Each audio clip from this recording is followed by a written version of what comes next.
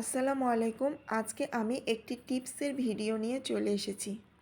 আজকে আমি এই ভিডিওতে আপনাদের দেখাবো কিভাবে ফিল্টারের ছাঁকনি একেবারে নতুনের মতো ক্লিন করা যায়। সেই টিপসই এই ভিডিওতে আপনাদের দেখাবো। অনেকেই হয়তোবা এই টিপসটা জানেন, কিন্তু আমার এই ভিডিওটা তাদের জন্যই যারা জানেন না বা যারা নতুন ফিল্টার ইউজ করেন তাদের জন্য। দেখতে পাচ্ছেন আয়রনে ফিল্টারের ছাঁকনি কিভাবে একেবারে লাল হয়ে গিয়েছে। এখন এই ছাঁকনি দিয়ে পানি খুব আস্তে আস্তে পড়ে।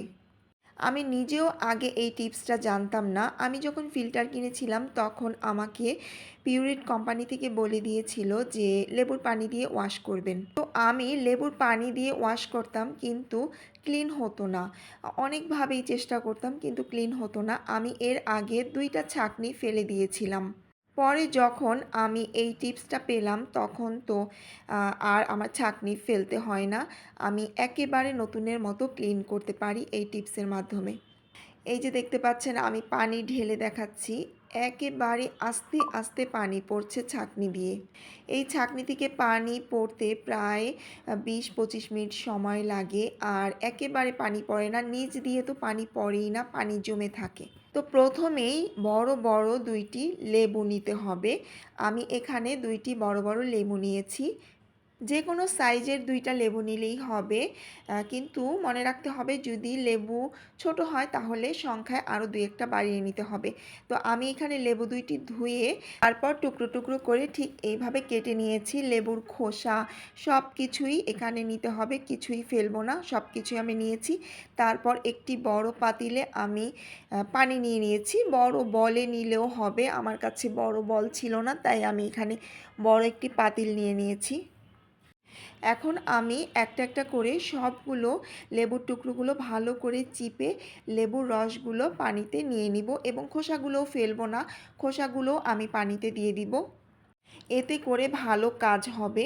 তারপর ভালো করে পানিতে লেবুর রসগুলো ভালো করে মিশিয়ে নিব। এখন আমি ছাঁকনিটা ঠিক এইভাবে লেবুর পানিতে ডুবিয়ে রাখবো। খেয়াল রাখতে হবে পুরাটা লেবুর পানিতেই যেন ছাঁকনিটা থাকে। তারপর আমি একটা সাইড করে রেখে দেব 5 থেকে 6 ঘন্টার জন্য। আমি কিন্তু সারা রাত রেখে দিয়েছিলাম। সকালবেলার রেজাল্ট এখন আমি দেখাবো। আমি সকালবেলা ঘুমে থেকে উঠেই আপনাদের দেখানোর জন্য ভিডিওটি করছি। এই যে দেখেন কতটা ক্লিন হয়ে গিয়েছে, একেবারে নতুন ছাঁকনির মতো পরিষ্কার হয়ে গিয়েছে, একটা ফোঁটা আয়রন নেই।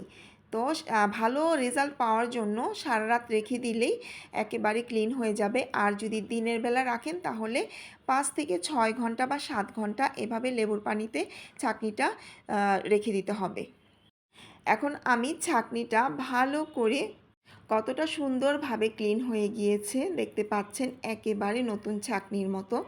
তো এখন আমি পরিষ্কার পানি দিয়ে ছাঁকনিটা ভালো করে ধুয়ে নিব, যেন লেবুর পানি বা লেবুর রস না থাকে, তাহলে পানি খেতে আবার একটু টকটক লাগবে।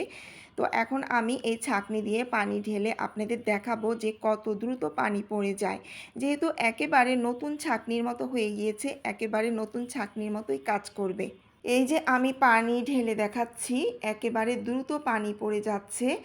যখন ছাঁকনিতে আয়রন থাকে তখন তো একেবারেই পানি পড়ে না, আর এখন তো একেবারেই ক্লিন নতুনের মতো হয়ে গিয়েছে, তাই এখন পানি পড়তে 1 মিনিটও সময় লাগে না।